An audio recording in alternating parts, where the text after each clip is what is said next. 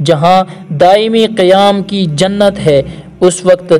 بیری کے درخت پر ایک عجب سما چھایا ہوا تھا، جس ان کی نگاہیں نہ کجی کی شکار ہوئی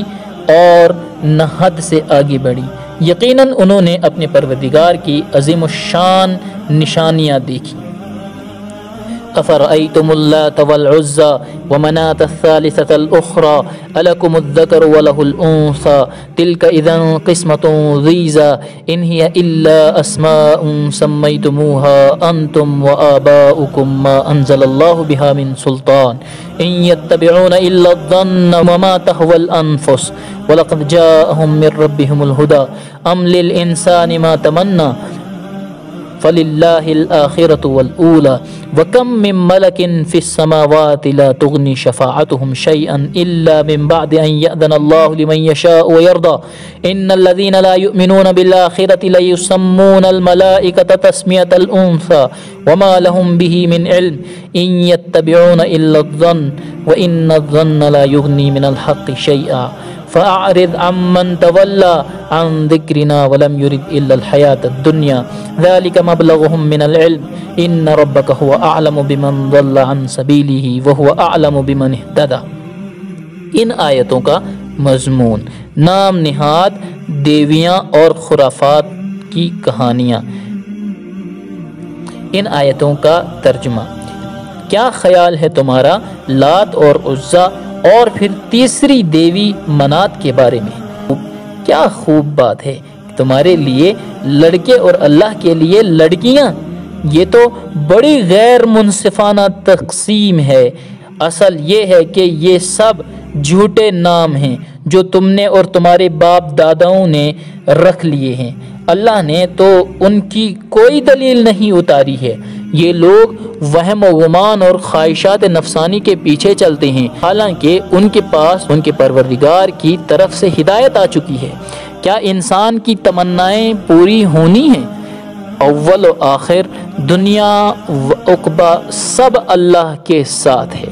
اور آسمانوں میں کتنے فرشتے ہیں جن کی سفارش کچھ کام نہیں آتی جب تک کہ اللہ ہی جس کے لیے چاہے اور جس کو پسند کرے اجازت مرحمت فرما دے، یعنی اجازت مرحمت فرما دے۔ جو لوگ آخرت پر ایمان نہیں رکھتے وہ فرشتوں کے نسوانی نام رکھتے ہیں، وہ فرشتوں کو عورتوں کا نام دیتے ہیں، فرشتوں کے لیے عورتوں کا نام رکھتے ہیں، حالانکہ انہیں کچھ عطا پتہ نہیں، صرف وہم و گمان کی پیروی کرتے ہیں، اور وہم و گمان حق و صداقت سے کچھ بھی مستغنی نہیں کر سکتا۔ آپ ہماری یاد سے روگردانی کرنے والوں سے جو صرف دنیا کے طالب ہیں الگ رہیے،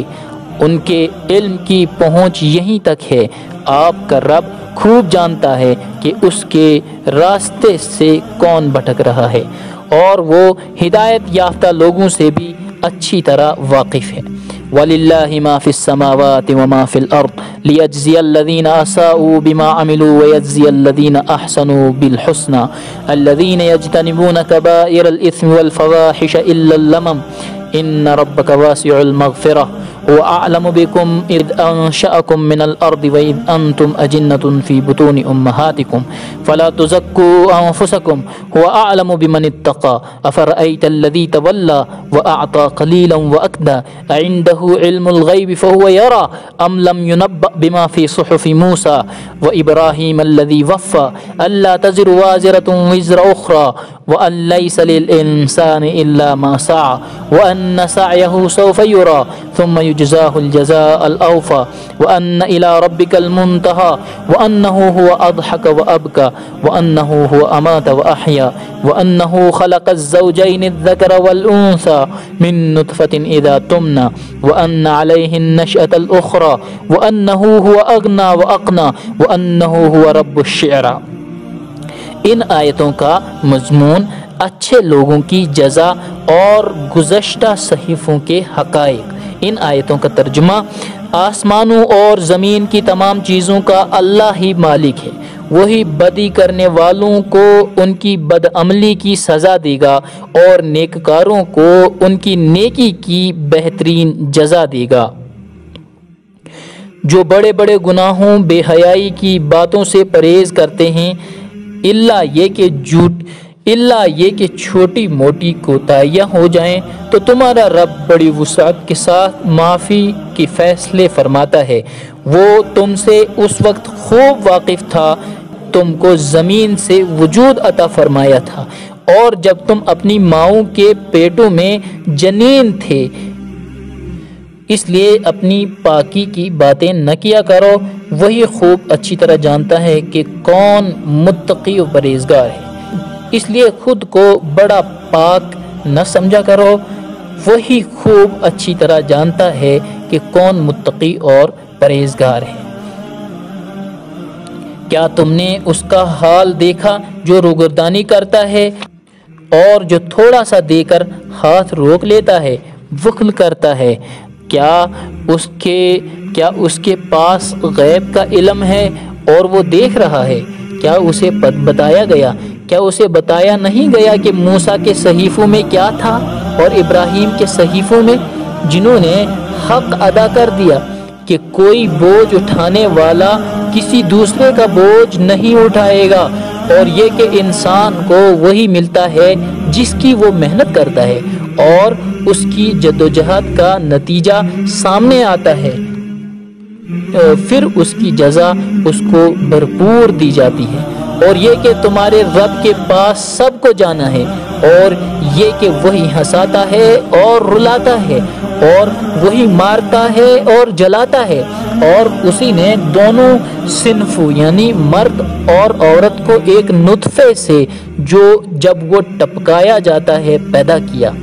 اور یہ کہ اسی کے ذمہ دوبارہ پیدا کرنا ہے،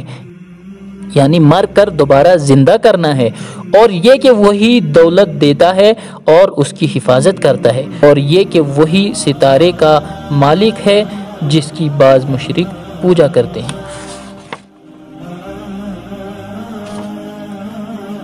اور یہ کہ وہی شعرا ستارے کا مالک ہے جس کی بعض مشرک پوجا کرتے تھے۔ وَأَنَّهُ أَهْلَكَ عَادًا الْأُولَى وَثَمُودَ فَمَا أَبْقَى وَقَوْمَ نُوحٍ مِّن قَبْلُ إِنَّهُمْ كَانُوا هُمْ أَظْلَمَ وَأَطْغَى وَالْمُؤْتَفِكَةَ أَهْوَى فَغَشَّاهَا مَا غَشَّى فَبِأَيِّ آلَاءِ رَبِّكَ تَتَمَارَى هذا نذير من النذر الأولى أزفت الآزفة ليس لها من دون الله كاشفة أفمن هذا الحديث تعجبون وتضحكون ولا تبكون وأنتم سامدون فاسجدوا لله واعبدوا۔ ان آیتوں کا مضمون، قوموں کا انجام، ان آیتوں کا ترجمہ، اور یہ کہ اسی نے اولین قوم عاد کو ہلاک کیا اور قوم سمود کو بھی تباہ کیا اور انہیں باقی نہ چھوڑا، اور ان سے پہلے قوم نوح کو وہ بڑے ظالم اور بڑے سرکش تھے، اور اوندا دی جانے والی بستی کو اسی نے گرایا اور اس پر سخت عذاب نازل کیا۔